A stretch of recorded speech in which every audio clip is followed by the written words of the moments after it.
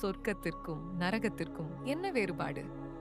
மனிதன் எப்போதும் நினைக்கிறான், சொர்க்கம் எங்கோ மேலே இருக்கிறது, நரகம் எங்கோ கீழே இருக்கிறது. ஆனால் பாபாஜி கூறுகிறார், சொர்க்கமும் நரகமும் ஒரு இடம் அல்ல, ஒரு நிலை. உன் மனம் அமைதியாக இருந்தால் அதே இடம் சொர்க்கம். உன் மனம் கலங்கி இருந்தால் அதே இடம் நரகம். பகை நிறைந்த மனம் நரகம், அன்பு நிறைந்த மனம் சொர்க்கம். பொறாமை எறியும் இடம் நரகம், கருணை மலரும் இடம் சொர்க்கம். நீ வெளியில் தேடுகிறாய், ஆனால் அது உள்ளே உருவாகிறது. ஒரே வீட்டில் 2 மனிதர்கள் வாழ்கிறார்கள். ஒருவன் நன்றி உணர்வில் வாழ்கிறான், அவனுக்கு அது சொர்க்கம். மற்றவன் குறை கூறி வாழ்கிறான், அவனுக்கு அது நரகம்.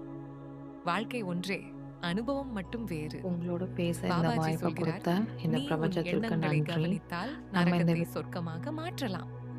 பயம் இருக்கும் வரை நரகம் தொடரும்.